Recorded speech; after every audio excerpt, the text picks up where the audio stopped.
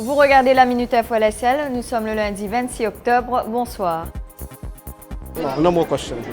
Situation embarrassante pour Dan Babou ce matin à l'aéroport, pressé de questions sur le communiqué en créole payant, sorti samedi après-midi après la victoire de Jane Constance à The Voice Kids.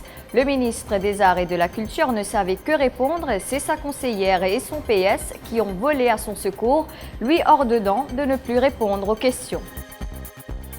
Maintenant, mon personnalise, j'ai gagné The Voice. Notre graine de star, Jane Constance, est rentrée au pays ce lundi après sa victoire au concours The Voice Kids. Une foule compacte était présente ce matin à l'aéroport de Plaisance.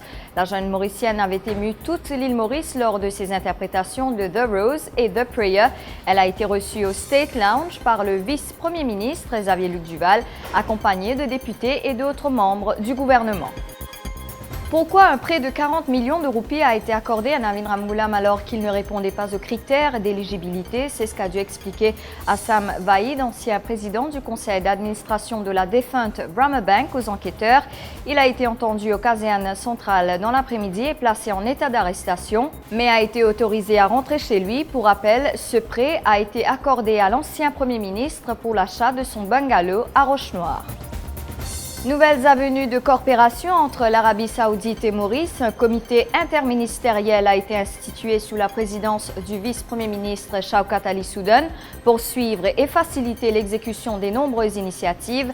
Parmi l'ouverture d'une ambassade à Jeddah, un accord de non-double imposition, le recrutement de médecins mauriciens et l'échange d'étudiants entre les deux pays. Le troisième sommet africain se déroule à New Delhi à partir d'aujourd'hui. Il durera jusqu'au 30 octobre prochain.